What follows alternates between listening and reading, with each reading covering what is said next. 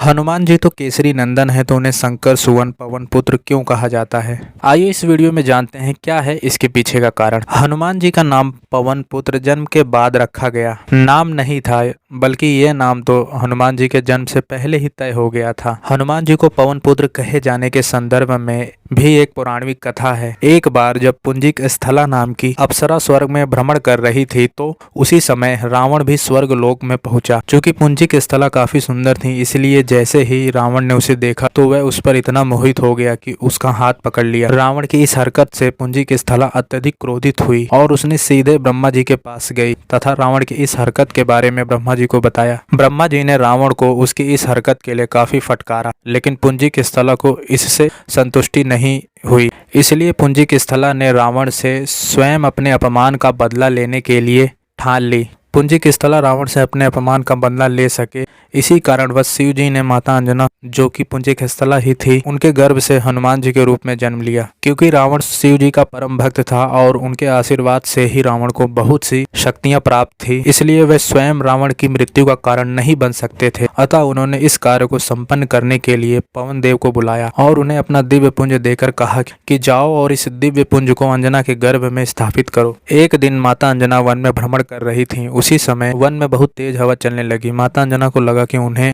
कोई स्पर्श कर रहा है। इतने में एक आकाशवाणी हुई और पवन देव बोले, देवी अंजना, आप चिंता ना करो, आपके गर्भ में एक ऐसी दिव्य शक्ति का प्रवेश हुआ है जिसका जन्म आपके गर्भ से होगा। वह बहुत ही शक्तिशाली और विलक्षण बुद्धि वाला होगा, जिसकी रक्षा मैं खुद करूंगा और आने वाले समय में वह बहुत बड़ा राम भक्त बनेगा तथा पृथ्वी से बुराई मिटाने में भगवान राम की मदद करेगा। भगवान शिव का यह कार्य पूरा कर पवन देव जब कैलाश पर्वत लौटे, तो भगवान शिव ने उनके द्वारा दिए गए दायित्व को बड़ी ही सफलता के साथ पूरा करने की खुशी में बोले कि मैं तुमसे अति प्रसन्न हूँ, मांगो क्या वर मांगते हो। तो पवन देव ने उनसे केवल यही वर मांगा कि अंजना के इस पुत्र का पिता कहलाने का सौभाग्य मुझे भी प्राप्त हो। भगवान शिव ने कहा तथास्तु, यानी ऐसा ही होगा, और तभी से हनुमान जी को मारुति नंदन व पवन पुत्र जैसे नामों से अलंकृत किया जाने लगा।